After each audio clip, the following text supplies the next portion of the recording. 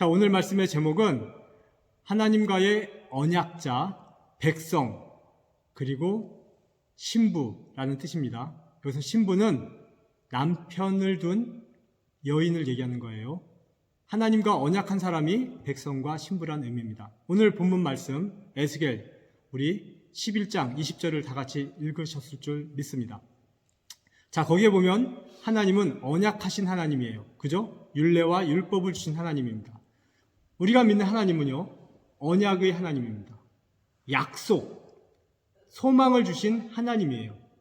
그래서 성경은요, 구약과 신약으로 이루어졌습니다. 다 뭐예요? 하나님의 약속으로 이루어진 것이 성경이에요. 그래서 우리가 성경을 보는 것은 약속을 보는 겁니다. 아멘? 우리가 보통 하나님을 믿는다라고 할 때 우리가 오해하는 것이 있는데, 하나님이 존재하신다, 하나님이 창조주이신 것을 믿는다라고 생각하는 초신자들이 많아요. 일면 맞습니다만 사실은 그게 아닙니다. 우리가 하나님을 믿는다고 하는 것은 하나님의 약속을 믿는다는 거예요. 하나님이 아무리 선하시고 창조주시고 지금 존재하시는 분이라 할지라도 하나님의 약속이 없어요. 우리를 향한, 우리를 선하게 만들어주겠다, 축복하겠다라는 약속이 없다면 그 하나님을 믿을 가치가 있습니까? 없죠. 아무리 좋은 하나님이어도, 창조주 하나님이 있어도 그분이 우리에게 약속해 주신 것이 없으면 우리는 믿을 때 그렇게 흥이 나지 않습니다. 우리가 하나님을 믿는다고 하는 것은 약속이 있기 때문에 믿는 거예요. 우리를 향한 아주 선하고 좋은 약속들이요. 그래서 우리는 선하신 하나님, 진실하신 하나님을 살피게 됩니다. 왜냐하면 약속을 이루실 만한 선함이 있으신가, 진실하심이 있으신가 알아봐야겠죠? 그래서 하나님이 선하신가, 진실하신가, 공의로우신가가 중요하다는 거예요. 그냥 하나님이면 안 되니까. 우리가 세상 종교를 보고 있지만 폭군의 하나님이 얼마나 많습니까? 가짜로, 적그리스도로, 그리고 이상한 하나님을 만들어 놓고 믿는 사람들이 얼마나 많아요? 근데 그런 하나님을 우리가 안 믿는 이유는 그들의 약속은 소망이 없고 거짓되기 때문입니다. 아멘? 그래서 우리가 하나님을 믿는다고 할 때 무엇을 믿는다고요? 약속을 믿는다는 거예요. 그래서 약속을 보지 못한 사람은 사실은 하나님을 믿는 것이 아닐 수 있어요. 내가 믿는 하나님이 어떤 약속을 주셨는지 알지 못하고 믿는다, 하나님에 대해서 말한다, 그건 꽝입니다. 그건 여쭤보겠습니다. 내가 믿는 하나님은 우리에게 무슨 약속을 주셨어요? 첫 번째, 무슨 약속을 주셨습니까? 우리가 성경에서 배우고 듣는 하나님의 놀라운 약속이 뭐예요? 우리가 어떠한 죄에 있다 할지라도 예수를 믿으면 구원을 주시겠다고 하시는, 선하다고 여겨주시겠다고 하시는 약속이에요. 이 땅에서만의 약속만 있습니까? 또 다른 약속은 없습니까? 예수님이 다시 오시겠다라고 하는 약속이 있어요. 우리는요, 예수님이 지금 보여요, 안 보여요? 안 보입니다. 그런데도 그분을 기다려요. 왜 그럴까요? 그분이 다시 오겠다라고 하신 약속 때문이에요. 우리의 이 땅의 생이 마감이 되면 우리의 두 번째 삶이 다시 오실 예수님과 함께 영원히 이루어질 것을 믿는, 그렇게 하겠다고 하신 성경의 약속을 믿기 때문에 또 우린 그런 약속을 기대합니다. 이런 선함과 구원과 이 땅에서의 축복, 그리고 나를 믿으면 내가 너를 보호하고 형통하게 하겠다라고 하시는 그런 모든 이 생과 저생에서의 축복된 삶, 그 약속 때문에 믿는다는 것입니다. 아멘? 이렇게 하나님은 사람들과 약속을 행하시고 그걸 지키시는 분이세요. 그러면 하나님과 약속을 맺은 두 부류가 있어요. 공동체, 그룹이에요. 개인이 아니라 여러 사람이 함께 하나님과 약속을 맺으면 그 사람들을 하나님이 뭐라고 부르시냐면 오늘 본문 말씀처럼 백성이라고 불러요. 어떤 그 지도자가 하나님을 믿기 시작했어요. 그런데 그 지도자를 따르는 모든 사람들이 그 지도자의 고백대로 나도 하나님을 믿겠습니다 라고 선택하는 것, 이게 하나님과의 백성됨입니다.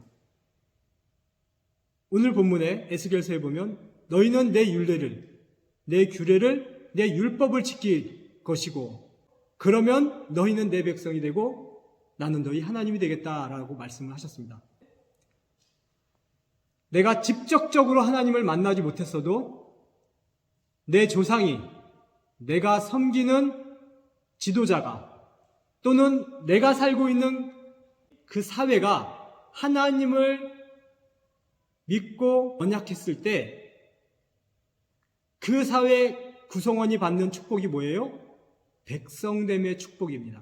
율법을 주고 질서를 주고 평강을 주고 이방 민족이 너희 민족을 침범하지 못하게 하고 너희가 원하고 소망하는 그 사회가 이 땅에서 잘 되도록 형통하도록 내가 약속한다. 이것이 하나님이 백성과 맺는 약속입니다. 주님을 믿는 사회에서 태어난 사람은요, 태어나면서부터 복이 있어요. 그 사회가 하나님을 믿고 따르는 사회면 그 사회에서 있는 하나님 나라의 공의, 율례를 줍니다. 법도를 주고요. 이 땅에서 받는 복이 율법을 받고 율법을 지킴으로 말미암아 이 땅 안에서 머리가 되는 복을 받았단 말입니다. 예를 들어서요. 어떤 사람이 태어났어요. 근데 그 사람이 태어난 사회가 하나님과 백성됨의 약속을 가지고 있는 사회잖아요. 쉽게 얘기하면 기독교 국가에서 태어나든지 하나님을 믿는 사회 집단에서 태어나면요. 그 아기는요. 태어나면서부터 받는 복된 약속이 있어요. 그 사회는 이미 수많은 하나님의 가치관들로 운영되어져 있어요. 그리고 그가 조금만 노력하면 그 노력한 것에 대한 하나님적인 보상들이 다 있습니다. 그게 백성됨의 약속이에요. 근데 이 백성됨의 약속은요, 이 땅의 축복은 받아도요, 저 나라의 축복은 받을 수가 없습니다. 백성됨의 축복을 받다 보면 꼭 그렇게 영혼의 축복까지 주시는 하나님을 만나지 않아도요, 살만하거든요. 유럽에서 태어난 사람, 남한의 기독교 국가에서 태어난 사람들은요, 하나님의 문화, 백성됨의 축복 속에서 다 잘 됩니다. 왜냐하면 율례와 법도와 하나님의 백성됨의 약속이 있기 때문에 그래요. 근데 그 사람들 중에는 하나님을 무시하고 안 믿는 사람들이 많죠. 지난주에 저희 보미가 김나지움에 올라가면서 그 김나지움에 온 엄마와 친척들 다 모여서요, 고테스텐스텐 하나님의 예배를 드렸어요. 독일 목사님 오셔서, 복음주의 교회 목사님 오셔서 축도를 했어요. 그런데 하나님은 당신에게 복 주시고 형통하게 하시고 당신들이 잘 되길 원합니다라고 이렇게 독일말로 해주는데, 제가 생각하기로 한 60-70%는요 이방인들이에요. 무슬림 국가에서 온 사람들 있죠. 하나님 안 믿는 사람들이 반 이상이에요. 근데 그 사람들이 어떻게 하나님 복을 받아요? 무슨 이유로 그 목사님은 거기서 하나님의 축복을 합니까? 이름으로? 왜 그게 가능할까요? 이 사회가 하나님을 인정하는 사회이기 때문에 백성됨의 축복을 내려주는 거예요. 그래서 축복할 수 있는 거예요. 모세도요, 이스라엘 백성들에게 천만 이스라엘이여, 하나님은 너희를 축복하기 원하고 너희를 인도하시고 너희를 잘 되길 원하신다라고 축복을 했어요. 그게 하나님 이렇게 하라고 하셨어요. 근데 출애굽 광야 이스라엘 백성들이 다 하나님을 믿었나요? 아니죠. 결국은 땅의 축복만 받고 가나안은 못 들어갑니다. 갈렙과 여호수아와 새로운 세대 외에는 출애굽한 모든 백성들이 다 죽었어요. 그럼 그 사람들은요, 어떻게 된 거예요? 무슨 축복을 받았다고요? 백성됨의 축복만 받은 겁니다. 땅의 축복만 받은 거예요.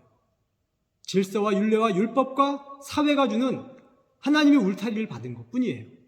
중요한 건 거기서 더 나아가 하나님의 신부가 되는 개인적인 언약 관계에서의 축복을 받아야 된다는 겁니다. 호세아서 2장 16절에 보면요. 내가 내게 장가들리니 그날에 너희는 나를 내 남편이라 부리라 라고 말씀을 하셨어요. 호세아 2장 16절의 말씀입니다.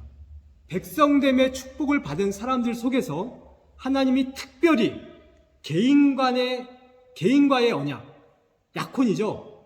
하나님과 1대1로 결혼관계, 약혼관계에 들어가는 그런 약속을 수행할 사람들을 부르신단 말입니다. 백성됨의 축복이 단 줄 알고요. 그게 좋다고 앉아있다가는요. 땅의 축복만 받고 이 땅에서의 건강함만 받고 재미만 받고 죽을 땐 지옥 갈 수 있다는 거예요. 저 땅의 축복, 영생의 축복을 받기 위해서는 하나님과 개인적인 언약에 들어가야 돼요. 그래서요. 하나님 백성 중에서는 나의 삶과 인생과 영혼의 문제까지도 남편으로 모셔서 이 사회의 문제만을 의탁하는 게 아니라 나의 자체의 모든 것을 의탁하고 의논하고 그리고 내 인생을 주관해 주도록 부탁하는 사람, 그 사람은 하나님 앞에 나아가는데 부부됨의 약속, 언약관계, 신랑과 신부의 언약관계로 나아간단 말입니다. 아멘? 예, 그런 단계까지 나아가야 진짜 복이에요. 땅의 백성됨의 축복도 좋지만 잘 먹고 잘 사는 것도 좋지만 그죠? 기독교 문화가 발전하고 법이 발전한 곳에서는요 진짜 온갖 자유가 다 있잖아요. 엊그저께 우리 사랑이 또 유치원 학교 입학해가지고 갔는데 무슬림 아빠가 자기는 유럽에 와서 산대요. 유럽이 너무 좋대요. 왜 좋대요? 물어보니까 여긴 그 유럽이 선진 문화라고 옆에서 그 사람을 전도하던 루마니아 여인이 있는데 유럽은 하나님을 믿어서 잘 사는 거래요. 네가 살던 그 땅은 하나님을 믿지 않는데요. 그랬더니 그 사람이 뭐라고 얘기하는지 아십니까? 자기는 그래도 무슬림 마호메트를 믿겠다 이렇게 얘기합니다. 절대 안 돌아서요. 그 사람은 지금 유럽에 와서 유럽의 시민권을 가지고 있고 유럽의 백성이지만 영혼은 누구와 연약을 하고 누구와 결혼했습니까? 알라와 마호메트와. 백성의 축복은 육신의 복밖에 없어요. 그랬더니 그 루마니아 여인이 정말 열심히 전도하면서 울더라고요. 결국은. 그런데 아무튼 그 남자는 받아들이지 않았습니다. 저희는 하나님과 그리스도의 신부되는 언약까지 들어가야 돼요. 약혼하는 관계까지. 그게 우리가 진짜 영혼의 축복까지 받는 언약자라는 의미입니다. 마태복음에 보면요. 근데 놀라운 이야기가 있어요. 하나님과 결혼의 언약을 했다고 해서 다 천국 가는 게 아니에요. 10처녀의 비유 아십니까?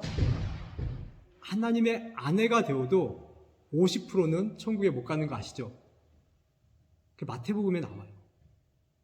신랑을 기다리는 10처녀 중에 5처녀만 신랑을 그 밤에 맞이하고 들어간단 말입니다. 나머지 5처녀는 못 들어가요. 왜 못 들어갔습니까? 신랑과 약혼을 했는데 신랑이 언제 올지 모르니까 뭐 했어요?